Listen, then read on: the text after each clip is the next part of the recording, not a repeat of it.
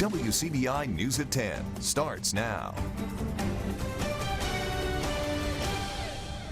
Mississippi is moving toward reopening its economy, but it will happen in phases. Thanks for staying up with us tonight. The latest move is a safer at home order.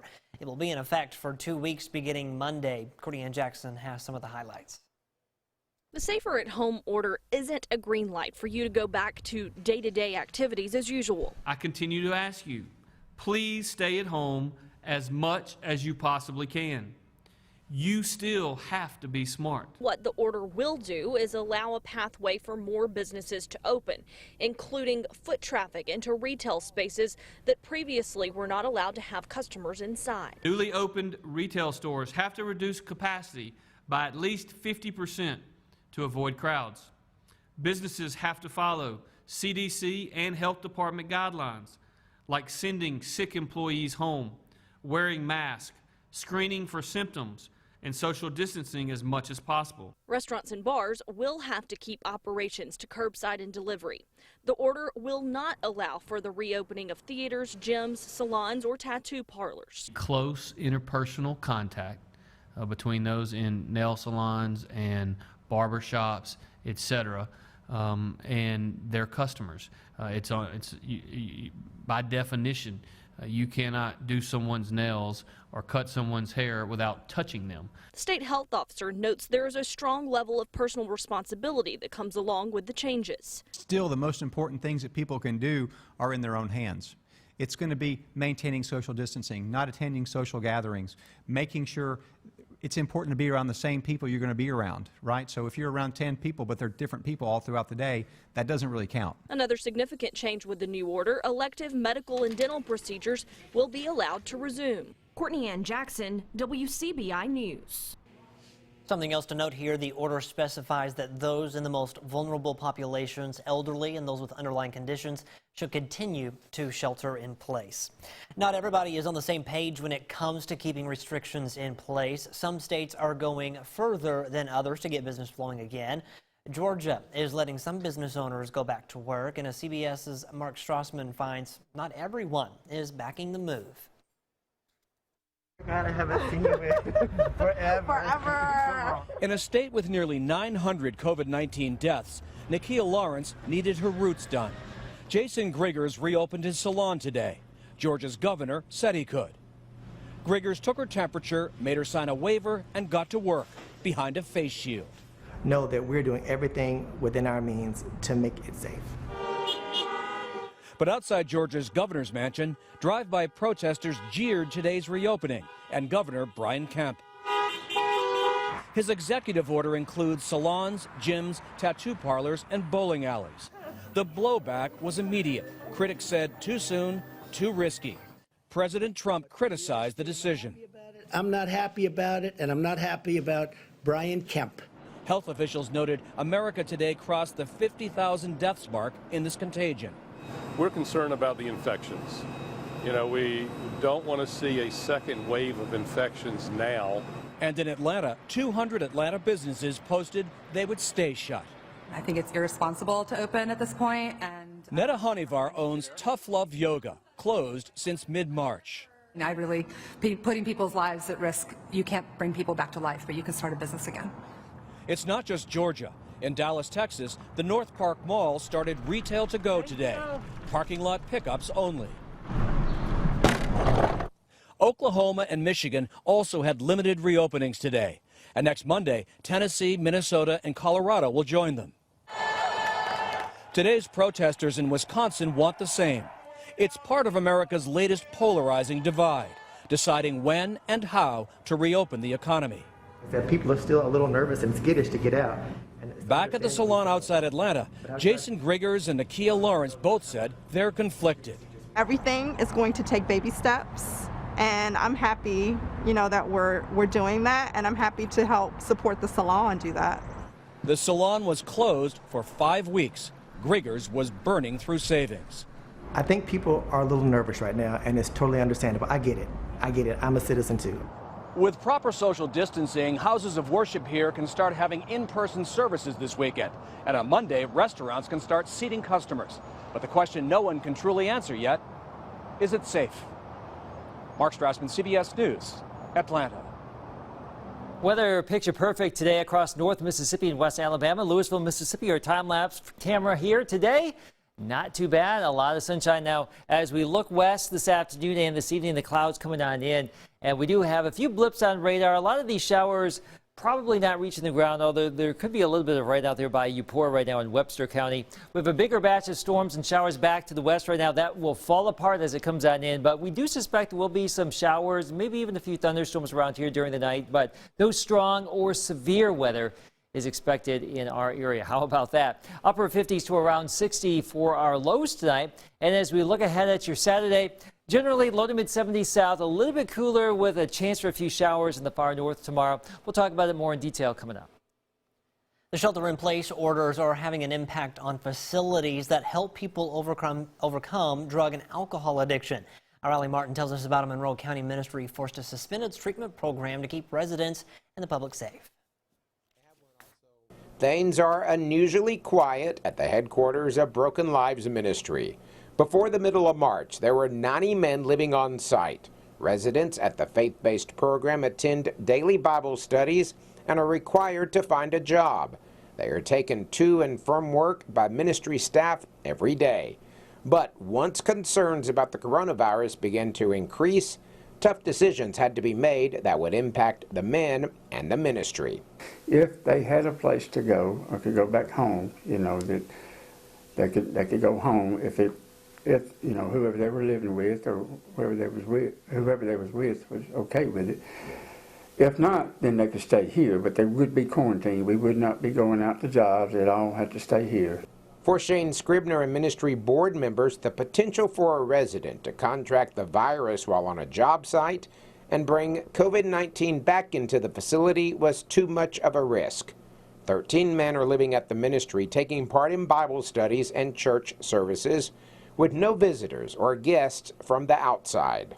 Pastor Gary Dawson has helped lead Bible studies and worship services and has also kept in touch with many of those who had to move out temporarily. I've been hearing from them. They would text me, or I have 2 or 3 to come by the house. You know, they miss it, and they're eager to, when we open it back up, to come back in and finish the program. Pastor Dawson says the ministry will be ready to pick up where it left off when the time is right. We're just going to keep loving people. We got an epidemic of sorts with the drug addiction. There's more people die from drug addiction in this country than coronavirus. You see, so we're in the industry here to help people, and we have a great gospel and a great Savior to share with people. In Nettleton, Allie Martin, WCBI News. More than 7,000 men have gone through the program there at Broken Lives Ministry. Senator Roger Wicker shows his support for those fighting coronavirus. Earlier this month, Mississippi's Lieutenant Governor Delbert Hosemann asked churches to ring their bells for 1 minute at 6 p.m. every day through the end of the statewide shelter-in-place on April 20th. However, Blue Springs Mayor Rita Gentry and the Blue Springs Baptist Church plan on ringing the church's bell indefinitely. Senator Wicker took a turn ringing the bell this evening. It is a valuable exercise in saying how much we appreciate the first responders, the law enforcement people that are not able to be here right now because they're on the front lines, helping sick people and helping make sure our society continues until we can get this economy up and running again. Blue Springs Mayor Rita Gentry says that she plans to have a small group gather each evening and ring the bell until the worst of the pandemic is behind the state. All right, we're going to send things back over to Chief Meteorologist Keith Gibson. Keith, it's Friday night, the weekend is here, and it's going to shape up to be a pretty nice week. It sure is. No severe weather this weekend. Unlike first weekend in 2 weeks, right? I know, right? It's been a busy month. Temperatures right now in the low to mid 60s. We have a few isolated showers across our region. The wind right now fairly light, but the wind will pick up tomorrow, maybe gusting to 25 or higher. We'll talk about that weekend forecast next. Your WCBI First Alert AccuWeather forecast with Chief Meteorologist Keith Gibson. We have made it to the weekend. Let's recap our Friday. What a great day it was. Hopefully you can take advantage at Durham's Pharmacy in Vernon. Notice the tree bobbing around there. We had a little bit of a breeze. Overall pretty nice and friendly clouds across our region today. And what about the next couple of days? Well, we need the help of our furry friend Uno, and he's going to tell us that there could be a few showers tomorrow across the northern part of the area. Overall, not a lot of moisture this weekend. Pretty nice Sunday, 71. And Monday, partly cloudy, 75 degrees. Rain chances, yeah, tonight into tomorrow. But overall, the weekend's looking dry. Better opportunities for rain by the middle of next week. So let's show you what's going on right now. Our live radar is showing a lot of ground clutter. I tried to clear some of that off. It's back. And there's a little bit of rain right there, maybe trying to fall from the clouds here out by Eupora. A bigger batch of rain. Look at this. In Arkansas, Louisiana, big-time storms. A lot of lightning in this. Severe weather, too. Very strong activity here. There's a severe thunderstorm watch west of the Mississippi River until 2 o'clock in the morning. We mention this because there is a big batch of storms out there, but it's not really going to hold together once it gets east of the Mississippi River. So these storms will gradually weaken. We'll see some showers, maybe have some thunder showers around here, thunderstorms, but we don't expect any strong or severe weather tonight, as we mentioned earlier. So upper 50s to around 60 degrees for our lows here. And here's our planner for tomorrow. 10 o'clock, mostly cloudy, a chance for a few showers. Those clouds will gradually thin out, especially in the south. It will be becoming breezy and mild as the day goes on, but a few showers could linger, especially across the northern reaches of the area and the state here on Saturday. Much warmer, mid-80s, closer to the Gulf of Mexico. So tomorrow morning, we wake up to some cloud cover, some lingering showers, especially across our northern and eastern areas. And that activity will gradually pivot to the northeast, and we'll start to see clouds thin out around here as we go throughout the course of the day. But as I mentioned, it will be a windy day for us.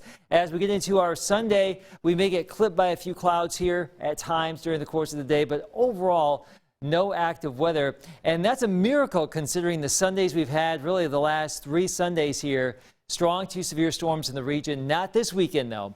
Tuesday and Wednesday, that next front, that will give us a better chance for some more heavier rain and perhaps some stronger storms. So we dodge any strong storm tonight, but there will be some rain and some thunder perhaps later on.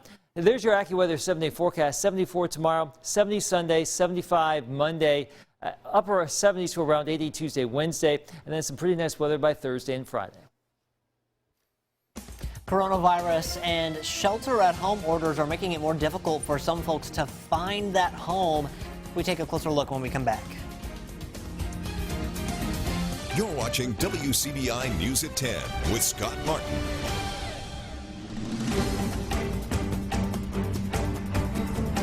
Welcome back, everyone. Even during this pandemic, families are still searching for a place to call home.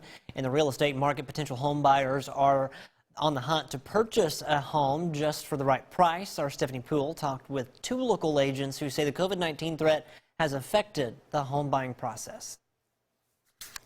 Still have buyers, and they are out in full force. We have a lot of people who are looking online, so we're doing a lot of virtual showings. Chris Davis is a broker with RE/MAX Partners in Columbus. She says although buyers are interested in home showings, active listings are down nearly 15%, limiting their market inventory. We do still have buyers who are looking and who are taking advantage of some of the great interest rates that are available right now. She says the company's major lenders are even switching up the way to conduct appraisals. However, RE/MAX agent Stephen Jones says before jumping to purchase a home, there are a few things to consider. A lot of loan companies, they'll do a loan and then they sell the loan. And with the stock market the way it is, a lot of the investors that are typically buying those loans are not buying those loans. You know, they're just sitting and waiting and seeing what the market does. So if they don't have anybody to buy those loans, then they don't want to make them. And these changes in the real estate market are affecting the time it will take to close on a home. Our average days on the market this March versus last March is up about 20 days, which is to be expected because we are having to get some extensions to close our loans. A lot of times it's more along the lines of 30 days when you make an offer to close on a home, and we're, trying to prepare buyers that it may be more 30 to 45 days, just so we can allow for a little additional time. Jones says future home buyers should call their bank and mortgage company when they decide to start the home buying process. Your employment status during the pandemic may affect your qualifications. Starkville native Willie Gay saw his dreams come true tonight. More on the NFL draft coming up next in sports. your WCBI Sports with Courtney Robb. The second night of the NFL Draft was another one full of excitement, specifically because some Bulldogs finally came off the board. Former Mississippi State linebacker Willie Gay selected by the Kansas City Chiefs as the 63rd overall pick in the second round. Gay posted a 4.46 40-yard dash and 39.5 vertical jump at the NFL Combine in Indianapolis. The Starkville native may have had to sit out 8 games for NCAA violations. However, he recorded either an interception, forced fumble, or fumble recovery in 7 of his last 9 games played. He was projected to go as early as the 57th overall pick.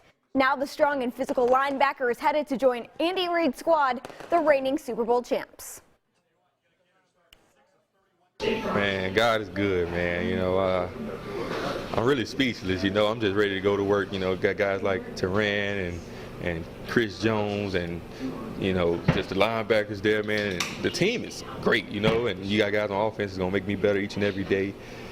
And the coaches, some of the best coaches in the NFL, man, I'm ready, you know, I'm excited. I was waiting, man, and I was actually talking with my homeboy, man, from high school, and I told him, somebody got to give me a 3rd round. I was telling him, somebody got to give me a 3rd round. But I told some people last week that Kansas City was my best phone interview, so, you know, it wasn't a surprise to me, but, you know, to get me in the 2nd round, man, I promise they won't regret it at all. Willie Gay is not the only Bulldog to be suiting up on Sundays. Former cornerback Cam Dantzler is headed to the pros. Dantzler being picked up by the Minnesota Vikings as the 89th overall pick in the 3rd round. The Louisiana native with an identical 4.64 40-yard dash, the same as Willie Gay, also recorded a 34.5 vertical during the Combine in Indianapolis back in February. A 2-year starter for Mississippi State, he had 108 tackles, 6 of those for loss, 5 interceptions and 20 pass breakups during his time as a Bulldog. Dantzler is now headed to Minneapolis as he joins the Minnesota Vikings. Round 1 of the NFL Draft did not disappoint in more ways than one, specifically numbers-wise. The first round shattering all type of viewership records for opening night with 15.6 million viewers. Wow. That's a 37% increase from 2019, the best opening night audience ever. Viewership peaking at 19.6 million between 7:45 and 8 p.m. Central Time on the first night. The top 5 markets watching the draft: Columbus, Cleveland, Cincinnati, Philadelphia, and Kansas City. Hill State Hoops' newest coach, Nikki McCray-Penson, has officially finalized her staff, and she's sticking to what she knows, or rather, who she knows. MSU Athletics announcing the additions of Keith Freeman, Brittany Young, Ashley Morris, and Scepter Brownlee to the finalized staff. All 3 served under McCray-Penson at her former head coaching job with Old Dominion. Freeman will serve as the associate head coach. Young is named as an assistant coach, also in charge of recruiting. Brownlee also named an assistant coach, and Morris will serve as the director of operations. McCray-Penson will retain Marianne Baker and Abby Hunt from Vic Schaefer's previous Bulldog staff. And in a statement from McCray-Penson saying that you are only as good as the people you surround yourself with, I can't think of a better group to work alongside as we start this next chapter. Not only are they talented, but they are even better people. Each member of our staff has a relentless work ethic. They have a love and passion for coaching young people and for finding a way to win. For more information on those new staffers, you can visit our website at WCBI.com. Ole Miss softball is coachless no more. Nearly 4 months after former head coach Mike Smith's resignation, Ole Miss Athletics announcing that Minnesota's Jamie Traxel will lead the Rebels. Traxel takes over as the 6th head coach of the Rebels after spending 3 seasons at the helm of the Gophers. In her first season in Minnesota, Traxel finished with 41 wins and a Big Ten title. Traxel also led the Gophers to the program's first ever appearance in the Women's College World Series in 2019. For more information on that hire, you can go ahead and visit our website at WCBI.com. That's it for sports. We'll have more for you when we come back. Stay with us.